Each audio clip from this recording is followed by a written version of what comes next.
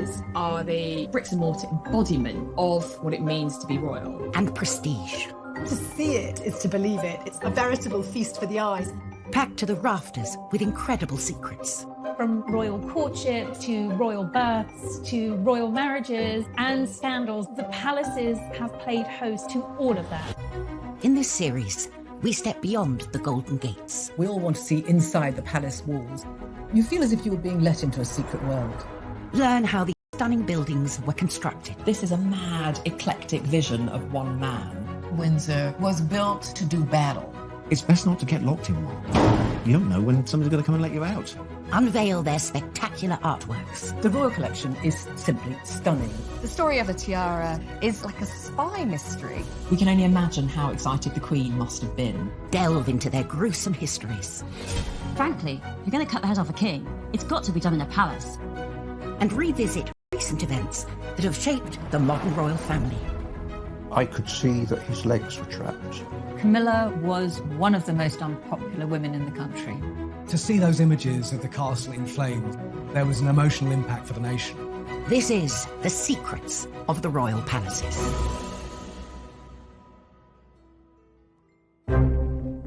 This time, we go behind the scenes with the builder who took on one of the most complex renovation jobs in the Windsor Castle restoration. We'd got 2 draftsmen drawing for the best part of a year before we even started to make anything. Get an inside look at the residents accommodating an ever-growing royal family, Kensington Palace. It was a very neat house once upon a time, but when monarchy got hold of it, they turned it into something of an architectural monster. Uncover the secrets sewn into the Queen's most iconic outfit. Hartnell actually added a wonderful secret detail, which is a little 4-leaf shamrock. We discover the most bizarre palatial presents the Queen has ever received. She was given a crocodile, and Sir Martin Charteris, her private secretary, had to put it in his bath on Britannia. And we reveal the castle with the 16th century murder mystery that went horribly wrong. It was going to be the perfect crime. Kill Darnley, blow up his house, no one will be any the wiser. The royal palaces serve as a permanent reminder of the history and influence of the British monarchy through the ages. But alongside the grand and ostentatious are those palaces that can often go unnoticed, built to blend in and to be a place for royals to call home. Across Hyde Park, some 2 miles west of Buckingham Palace, lies a remarkable royal housing complex brimming with secrets. Apartments and houses there, and it's perfect for the royal family. The Queen's got a lot of cousins, and she needs to house them. Royals have occupied Kensington Palace for over 3 centuries, and various generations have extended it to suit their needs. Architecturally, it's a bit of a mess. It's not the kind of unified vision that most palaces aspire to be. It was a very neat house once upon a time, but when monarchy got hold of it, they turned it into something of an architectural monster. Its first royal inhabitants were William and Mary. As a result of the Glorious Revolution of 1688, they'd been invited from the Netherlands to replace the Catholic James II. They needed a new palace, but they needed it built quick and cheap. As a new king and queen, they didn't want to start building with great ostentation a project that would take years when their essential job was to control the nation and persuade them of the quality of their governance. Get it up, get it done, and let's get on with the business of running the country. They bought Nottingham House, a small villa in what was then the suburb of Kensington, and hired the most celebrated architect of the day, Sir Christopher Wren, to transform it into a palace. But Wren wasn't known for speed. His masterpiece, St. Paul's Cathedral, was only halfway through its 35-year building programme. William and Mary wanted their palace in 6 months. Mary wanted a palace to be built around that house by Christmas. And this was a phenomenal task to ask of Christopher Wren and all his collaborators. It was a bit of a bodge job, really. It was about trying to extend and build on what was already there and do so very, very quickly. With such a tight deadline, the builders cut corners. Kensington is notoriously badly built. It's had a whole series of structural props and failures. and Wren's masons just threw it up too quick. 5 months into the project, these shortcuts led to tragedy. A vault collapsed, crushing a carpenter. And to have someone who's dead because of your design and workmanship, it racked Wren. He was found with his head in his hands in St. Paul's Cathedral. Mary then stepped in and said, it's my fault. To have a monarch feel responsible for deaths because of your building project is quite extraordinary. Rather pitifully, we know she wrote to William and said, it showed me the hand of God plainly in it, and I was truly humbled. But there is a ruthless side to every queen, I think, because they were still in the new build by Christmas. It is an astonishing feat to have created a palace in just 6 months. But also his budget, thanks to a rather unregal building material. It was built in brick, which was sort of unfashionable material at the time. It's quite plain in its architecture. Parts of it just look like a street rather than a palace with, long facades like any London street at the time. It's a bizarre building in many ways. Whilst Kensington Palace is home to young royals like William and Kate and their family, home for the Queen means Windsor. I think probably almost more than anywhere else, it is her home. This is where she's spent a huge amount of her childhood, adolescence, and now it is her haven. But at 11:30 a.m, on the 20th of November 1992, the Queen's lifelong home was thrown into chaos when a small fire started in her private chapel in the northern corner of the castle. Windsor Castle was being rewired, and there was a light which caught one of the heavy curtains and went up in flames immediately. And within minutes, the blaze had taken hold. In total, 225 firefighters were called to the scene, with 36 vehicles battling to save the palace. It could be seen for miles and miles around, and of course it seemed like there was a symbol of the monarchy burning. To see it in flames, I think, did have an emotional impact for many people in the UK. And no one felt that impact more than the Queen herself. The Queen was at Buckingham Palace and she was informed about the fire, and she got to Windsor as soon as she possibly could. She arrived to find the palace she calls home burning out of control. It was clear to see that it was very distressing for her, watching the fire sweeping through and people desperately trying to tackle the blaze. As firefighters battled to bring the fire under control, the royal family leapt into action and helped organise a rescue mission to save the castle's many priceless treasures from the path of the raging flames. They formed a human chain, masterminded by Prince Andrew, who knew every inch of that castle. As a child, he'd explored it, and he knew where all the secret back passages and everything else were. The Queen was shocked, but she is pragmatic. She gets on with it, and she realised that she had to be part of the effort to save what they could. And they did. The royal family were part of the chain there to get stuff out. We can reveal that in the end, only 2 works of art were lost in the fire. The blaze took 15 hours to bring under control. What had started as a small electrical fire in the royal chapel had spread outwards into 2 of the palace towers and totally destroyed in rooms, had been completely destroyed. It was so dramatic and so terribly sad. And the next day, the Queen surveyed the ruins, and as she walked through the charred remains of some of her possessions, she seemed like a little old lady, who had lost something so treasured to her. Despite the devastation, the plan to rebuild started straight away. There was a competition for the redesign, won by a firm of architects who worked with oak specialists, Venables Brothers. We'd got 2 draftsmen drawing for the best part of a year before we even started to make anything. Initial reports suggested repairs would cost up to £60 million. Could take 10 years for the castle to dry out.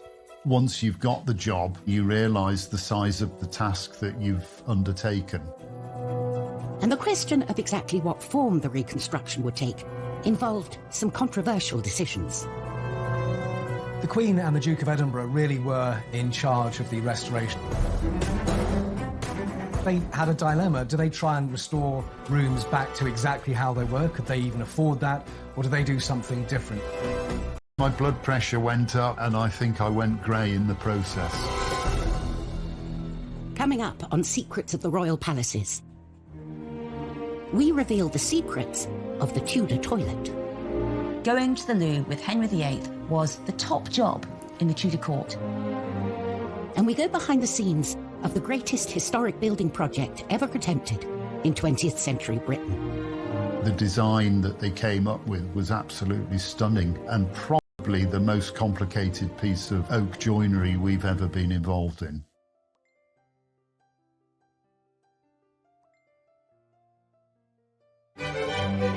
Refurbishing royal palaces is a time-honoured tradition as young royals set up their homes.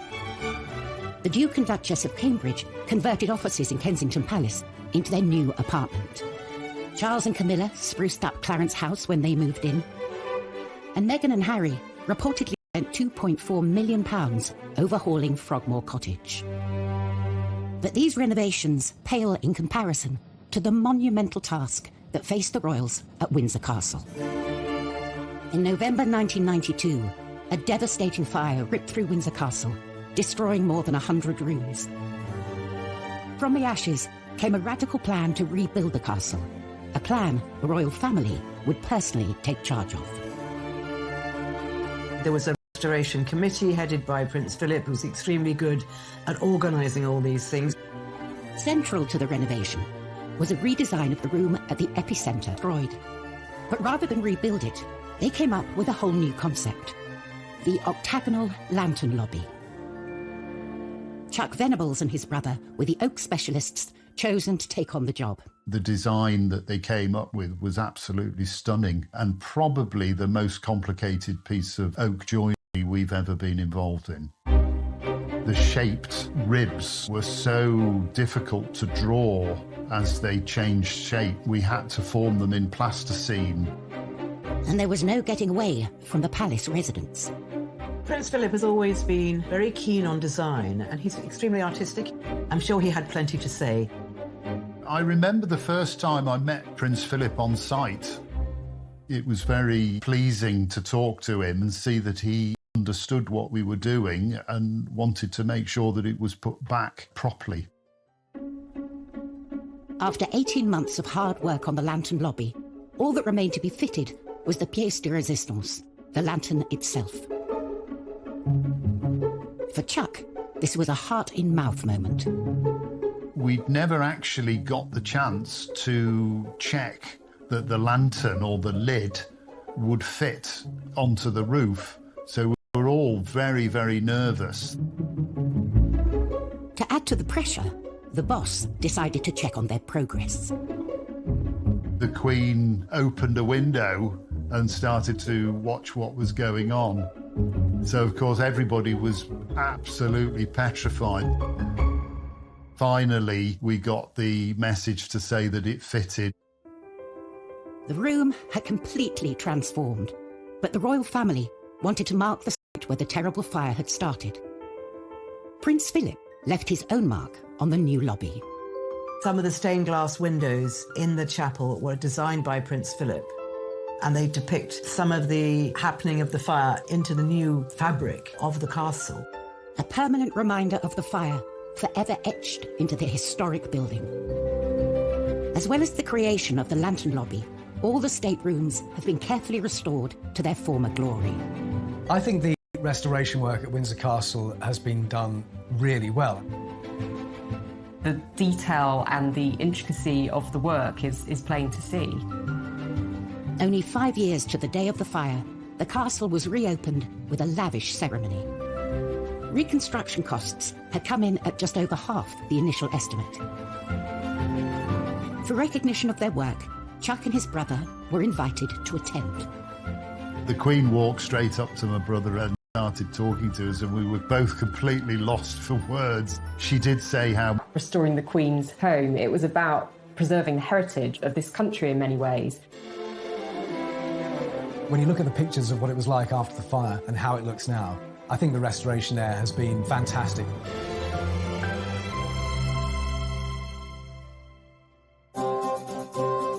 From the glitz and showmanship of a palace stateroom to the rather less glamorous, but no less essential, palace toilet. Every castle needs them, but in the past, royal toilets have held some extraordinary secrets. At Buckingham Palace, the Queen and her entourage have access to 78 modern bathrooms. In the time of Henry VIII, what you did in the privy said a lot about you. Henry VIII's court numbered around 1,000 people, from nobles to servants, and they created the most huge Tudor mountain of human waste you can imagine. And that's why so often Henry VIII was always moving palaces. He moved between Whitehall, Richmond, Hampton Court, Windsor Castle, so that one poor palace could have some time to be clean. And also in the summer, he went off to nobles' houses, so they had to sort out all his big, dirty, waste-creating court. And apparently within a couple of days of the palace being filled by the courtiers, already the walls were black, it was sooty, it was grimy, and there was lots of unwashed bodies. But the worst of all was the human waste. Let's face it, Henry VIII, he liked those giant royal banquets every night, those Tudor meat feasts, and next morning it was one massive rush for the Tudor loo, and it was often called the Great Easement. And there was a real hierarchy of the toilet at Henry VIII's court. For the poor people, they had a group toilet, 14 or so people going to the loo together, and it was a bit like sitting together on a tube train, and all the waste fell into the moat, so it wasn't really very hygienic. The worst job of all was the royal gong scourer, or the royal toilet cleaner, all day long cleaning up toilets. The next one was the aristocracy, the nobles. They used private lavatories. At the top was Henry himself, who had a velvet box that travelled with him.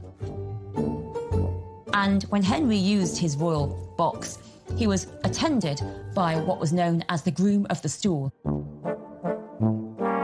to help him onto the loo, and also any ablutions that might be needed while Henry was using the toilet. This job got more and more difficult as every man wanted to be the groom of the stool, because you got to talk to the king one-to-one in his intimate moment, and you could tell him what your family wanted in terms of money. So going to the loo with Henry VIII was the top job in the Tudor court. Lucky, lucky you. Henry VIII's vast appetite for food was matched by his appetite for ostentatious palaces, and he wasn't the only one. King George I was out to impress with his extravagant interior design decisions. Kensington Palace was created by Sir Christopher Wren by extending and redesigning Nottingham House. It was done on a budget and in a hurry. From outside, it looks unremarkable, but within its walls lies another world. Once inside, you must think, so this is what it is. This only reveals itself to those privileged enough to come inside. It is a hidden labyrinth of diverse and, on occasion, wonderful rooms. These extraordinary interiors came about during the reign of King George I. Finding Kensington very agreeable, George decided against a dramatic remodelling. Instead, he opted to create the illusion of grandeur through some clever painting. Controversially, he hired painter William Kent, who'd never worked on a royal palace before. I think the choice of William Kent is interesting. He undercuts the royal painter by several £100s. And he's an outsider. He's a sign painter from Yorkshire. George's gamble on Kent paid off. For the last 300 years, visitors to the palace have been immediately immersed in the colourful world of the Georgian court. Kent, by 1724, had turned Wren's boring old wooden panelled staircase into a trompe-l'oeil, a trick of the eye feat of mural painting, in which you have a great arcade with all of the characters of court in their extraordinary dress. There are over 40 from the court, and one of them is Kent himself. He shows himself with his mistress. The lively scene also includes some of the lowlier members of the court. Mehmet and Mustafa were Turkish prisoners of war who became trusted servants to George I. Mehmet was the only person who was to look after his piles, so that's a particular badge of honour. And you'll also spot Peter the Wild Boy, a child who was found wild foraging in the woods in George I's native Hanover. It's always been a bit of a game. Who were these players on the walls? And you can, of course, go and see them today and try and work it out for yourself.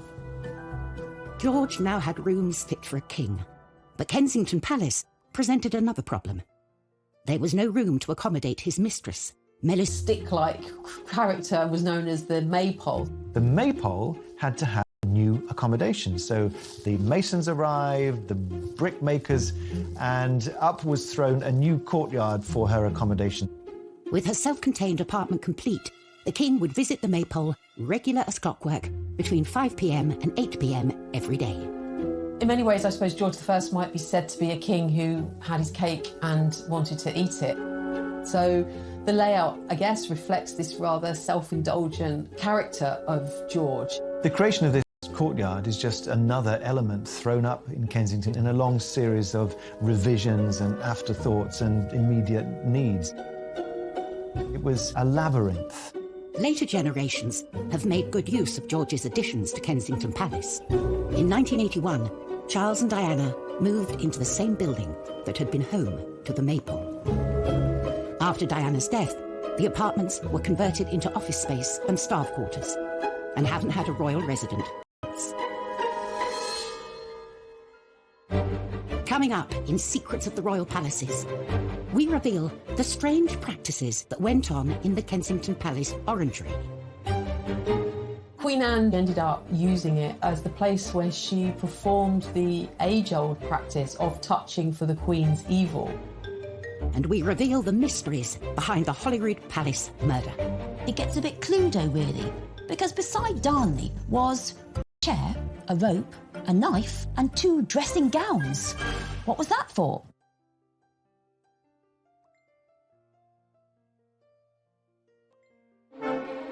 Since the reign of Queen Victoria, Buckingham Palace has been the monarch's HQ, a symbol of the prestige of royalty. But that celebrated reputation was brought into question when one particular monarch moved in. Victoria's promiscuous son Bertie is known to have accommodated dozens of mistresses during his time at Buckingham Palace. So, Edward VII, he was Mr. Mistress. Let's put it that way. There was mistress after mistress. He was known as Edward the Caresser because there were so many of them. And in Europe, well, that's when Bertie indulged himself with courtesans and the best ladies of the night. There is in Paris a special chair he used. It's the weirdest looking thing you can imagine. You sort of look at it thinking, how on earth did he use that? It was because, by this point, he was hugely fat. So he basically used this chair for him to sit on and at least one lady beside him, probably 2. They had to do all the work and he just sat there. The Playboy Prince of Wales became king in 1901 and took up his position at the grand and sophisticated Buckingham Pit with all the girls and finally focus on his long-suffering wife, Queen Alexandra. But that wasn't the case. He just carried on with the mistresses, and one he particularly let go of was Mrs. Alice Keppel. And what a coincidence, because she is actually the great-grandmother of Camilla, Duchess of Cornwall. Well, certainly Alice Keppel was a very successful mistress to Edward VII. He was always devoted to her, even though there were other ladies around. And the king had a very short reign because he was pretty old and pretty ill when he came to the throne. And when he was finally dying, Alice was brought to his deathbed. I mean, unimaginable. Apparently the Queen allowed this. The deathbed at Buckingham Palace should be so dignified, so solemn. And Alice gets hysterical, shouting, "What's going to become of me? Me!" and gets hustled away because of all the hysteria. I think the biggest rebellion Edward VII could ever make against Victoria and her vision of the moral monarchy was to have his mistress at his deathbed in Buckingham Palace. Buckingham Palace, like many others, belongs to the Crown, passed on from one monarch to the next. With so many palaces to their name, it's up to the monarch to decide who lives in them. There's one palace that's proved incredibly popular with the family and houses more royals within its walls than any other. Kensington Palace. For over 300 years, it's been something of a royal housing estate. Kensington Palace is one of the most populated palaces and also one of the most popular palaces with the royals. You've got the Cambridges at Apartment 1A, Princess Eugenie and her husband Jack Brooks back there, and the Gloucesters. I mean, the royals are very much packed in to Kensington Palace. It's like a little royal village in the centre of Kensington. Over the centuries, the palace has been altered to accommodate the extended royal family. But its most impressive building wasn't built for a royal. Its purpose was to grow fruit trees in. The orangery was commissioned by Queen Anne in 1704. It was all about housing her exotic plants, in particular her citrus trees. She was very worried that they were going to get frostbite. But, you know, being a queen, she didn't just stick up a greenhouse. Anne instructed that her orangery should be both functional and beautiful.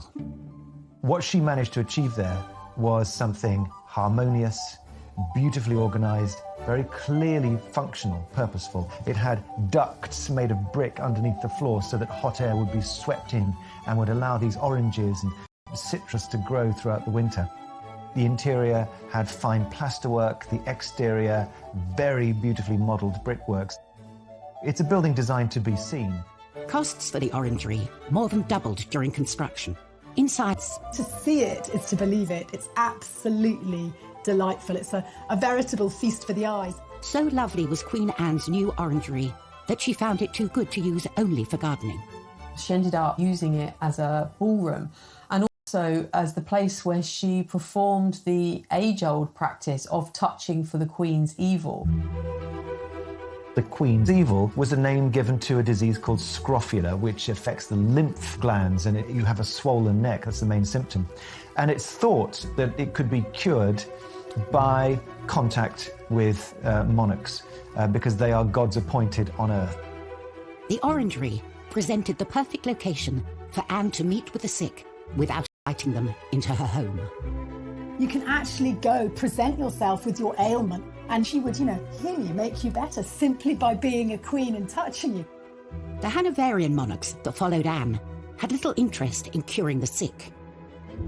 They turned the orangery into a party venue, which it still is to this day. With the likes of Simon Cowell hosting star-studded parties and hotel heiress Nicky Hilton holding her wedding reception there, the Palace Orangery is as fashionable as it ever was. From parties to the young royals choosing to make Kensington their home, it's a palace that will be forever linked with the trendy and chic side of royal life. But for other royal palaces, their reputations have been forged out of dark and sinister secrets. Holyrood Palace in Edinburgh is stained by the turbulent reign of Mary Queen of Scots. 1567, the 10th of February, there is the biggest murder mystery in Scottish royal history. Central to this whodunit is Lord Darnley, Mary's deceitful and often estranged second husband. Lord Darnley is recuperating from an illness, possibly syphilis. He's in a house just by the city walls, and late one night there was a massive explosion. This huge explosion that rocked all Edinburgh woke Mary up in Holyrood House, and Darnley's house had been entirely blown up. It was going to be the perfect crime. Kill Darnley, blow up his house, no one would be any the wiser. But Darnley managed to escape. And there's an amazing map drawn by the spies at the time that show you exactly what happened. Darnley managed to get away to the nearby orchard. And there he is found dead with his servant. And now it gets a bit Cluedo, really. Because beside Darnley was a chair, a rope, a knife, and 2 dressing gowns. What was that for? Well, what we think happened is that Darnley heard the dagger with him to stab and the dressing gown because he was just wearing his nightshirt, as was his servant. So, you want to be a bit more dressed when you're fighting off some baddies. But the ruffians were too quick for him. They smothered him and his servant in the orchard, and then they all ran off. Mary Queen of Scots was herself suspected of the crime. Years later, the murder of Darnley was still being blamed on inhabitants of Holyrood House. During the Victorian period, the maids said to visitors that there was a Darnley bloodstain, and they used to charge visitors a couple of pennies to go and look at this Darnley bloodstain, but actually they'd put it on themselves. So if you ever go to Holyrood House and you're offered a chance to see the Darnley bloodstain, it's going to be made out of red food colour. Tourists still flock to Holyrood today for a closer look at the palace's fascinating secrets. 400 miles south of Buckingham Palace, the grand staterooms entice visitors from around the world when they're open to the public every summer. A chance to witness firsthand the iconic riches housed within. Clothing is such an important part of the major events in our lives, and when it's done well, it communicates everything that is really important at that precise moment to the wearer and to the occasion. The 2nd of June, 1953, Elizabeth II's coronation. For the first time, the whole ceremony, as well as the famous appearance on the Buckingham Palace balcony, would be televised. With the eyes of the world on her, it was essential she had the right dress. A dress so special, it would have secrets sewn into its very fabric. The Queen's coronation dress is just stunning. There's no other way to describe it. It was made by the leading British couturist at the time, Norman Hartnell. Elizabeth knew this dress would go down in history, and she proved a very hands-on client. The 4 national emblems of England, Scotland, Ireland and Wales were already going to be included. The Queen came up with a rather wonderful suggestion to also include emblems for each of the dominions over which she was becoming Queen. You can make out the maple leaf of Canada, the wattle of Australia. You can see the lotus flower of India, and then the wheat sheafs of Pakistan. The whole dress becomes a true symbol of the reach of Queen Elizabeth II. Hartnell loved the young Queen's ideas, but they didn't see eye to eye on everything. Originally, Hartnell represented Wales, but more official Welsh symbol of the leek.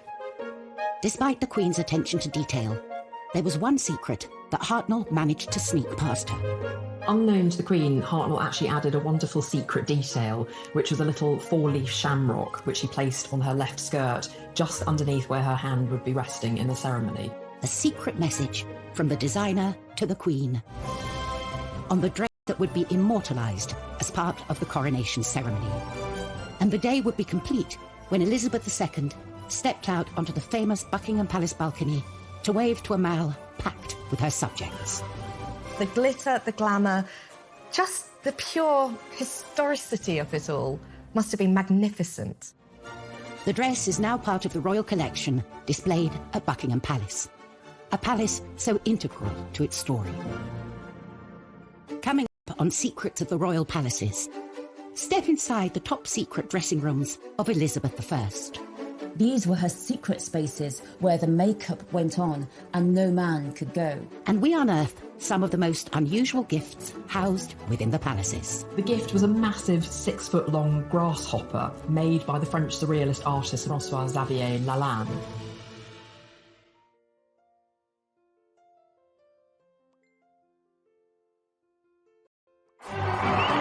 Throughout history, royal palaces have been the site of official ceremonies and royal duties. But when the crowds depart and the cameras turn off, it's a different story. They become spaces where the monarch can put their feet up and truly be themselves. Space one particular queen would have been very grateful for. Elizabeth I, she's one of our most recognisable English monarchs. Bright red hair, this white skin, extravagantly dressed, all the jewels. She wasn't vain. The Queen did all this excessive amount because she had to. Her image was so vital to her. She knew that people had to see the Queen as majestic, as perfect, as healthy. Because if the Queen wasn't beautiful and healthy, it was thought that the kingdom wouldn't be beautiful and healthy. Protecting and preserving the regal image of the Queen became a top secret operation. Her palaces on the Thames, Windsor, Hampton Court, Richmond, Whitehall, whichever palace the Queen was holding court at, she had a suite of rooms called the Privy Lodgings, each more secluded from the court than the last. These were her secret spaces where the dress, where the makeup went on, and no man could go. Only her private ladies went with her, and they helped her with her makeup. The secret of what lay behind Elizabeth I's incredible image was one not to be revealed. Elizabeth's makeup was white in the skin as a kind of face mask, came from what's known as Venetian ceruse, made of lead and vinegar. And on top of this, she wore a rouge, which was lead carbonate and lead hydroxide. And then she had these lipsticks made from ground alabaster. So she was ingesting all this toxic material through the skin. And we know now that these caused all kinds of side effects, digestive effects, insomnia, headaches and respiratory problems.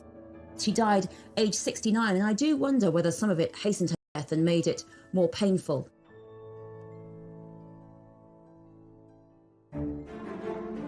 Whilst monarchs through the ages have felt the pressure and politics of keeping up with royal expectations, it's certainly a job that comes with some impressive perks.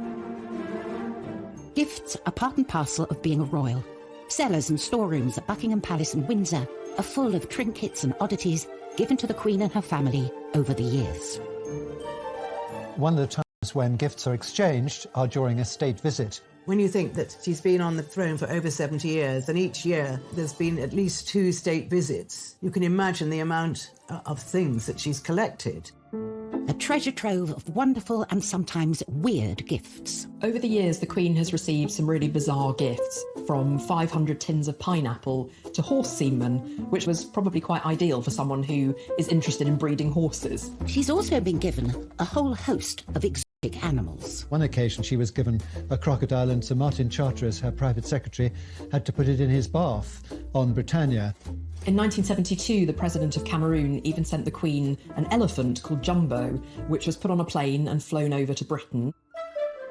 One thing you don't want to do is give her something she's already got. One man didn't have to worry about that. The President of France, Georges Pompidou, hosted the Queen and Prince Philip in a state visit in 1972.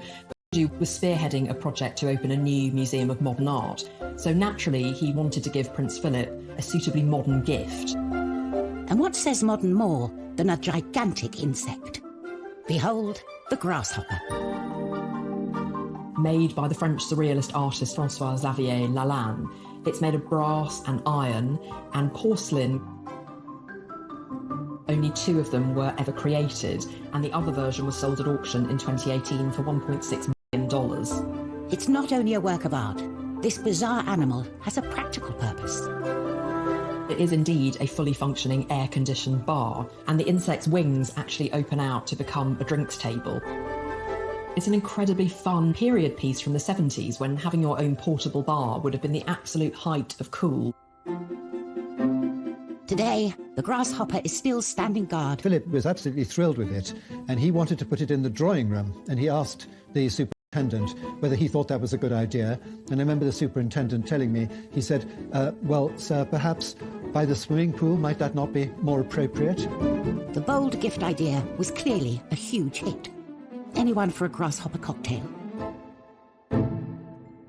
Next time, we go inside Holyrood to reveal the true story of Mary, Queen of Scots. The plays, the films that have been made about her extraordinary life, it's personified in that Northwest Tower.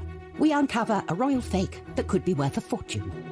What if the Queen's copy was actually worth £50 million? And a case of history repeating itself at Buckingham Palace. It was around 30 years before that Harry was seen on the balcony doing exactly the same thing to his cousin, Princess Beatrice.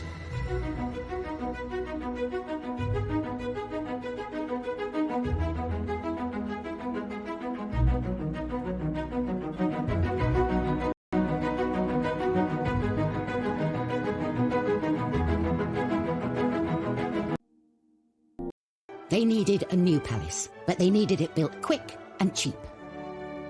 As a new king and queen, they didn't want to start building with great ostentation a project that would take years when their essential job was to control the nation and persuade them of the quality of their governance.